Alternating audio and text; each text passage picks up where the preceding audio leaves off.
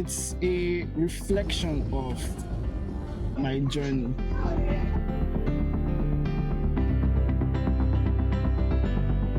It's fun when you get to see what you are capable of doing. As a creative, you don't make things for yourself. You make things to outlive you. You make things to feed the inspiration of others. Your weakest points are your strongest. You have to prep yourself until you are ready for that particular phase to come. So, how are you feeling? It's a lot of emotions, but I think happy and a bit anxious.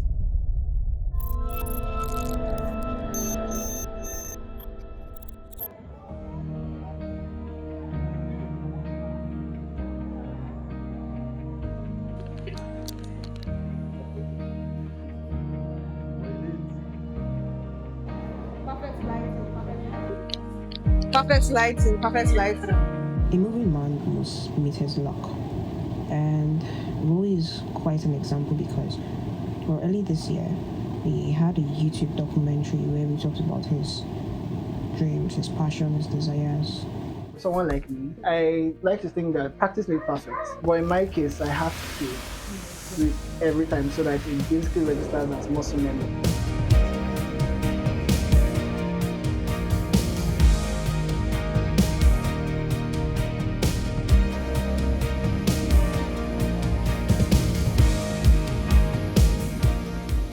This is for Urban Fashion Week, and it's a show that I really enjoy, and to be showcasing here this time, it's very special to me. I enjoy working backstage. I enjoy talking to designers, understanding how they put together their garments, relating with people in the team, studying everything that happens, and for me to be one of the designers showcasing this time around, it's like it's a very it's a it's a huge step forward Yeah. than just walking backstage. It's special. It's a special moment for me, my brand, and of course my well-wishers. It's a reflection of my journey. And when you understand how something works, you understand the layout, you understand the formulas, you understand the concept of it, it's easier to get inspired to create new things. Knowledge in general is what really inspires me to just create more, see how I can like infuse this in this, and how can these two elements come together. What's it like being a creative in Port Harcourt, Nigeria?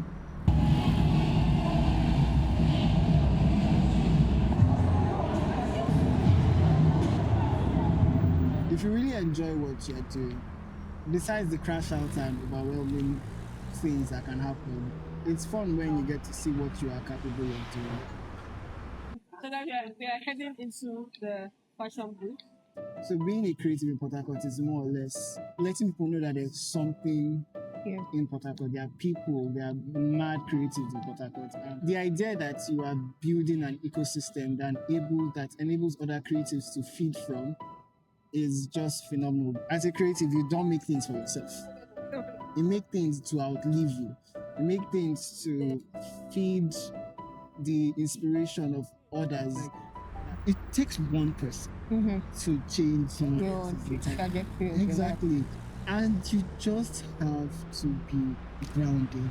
But if really truly you know that this is where you're meant to be, I swear when moments happen to feel like this, it will feel like you have always been there. You have to prep yourself until you are ready for that particular phase to come. Without imperfection, perfection will not exist.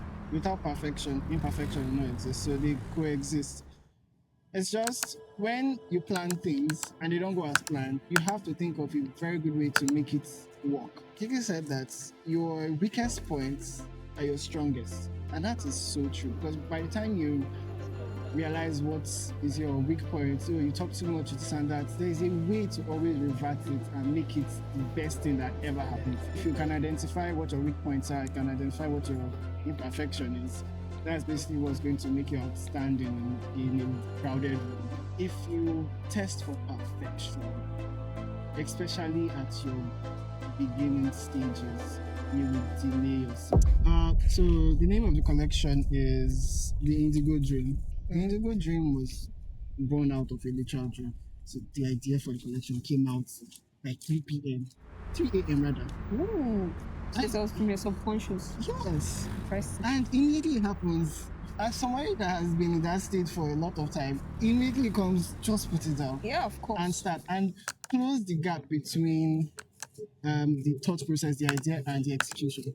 If you wait for it to get perfect, the idea is lost. Just do it. Yeah.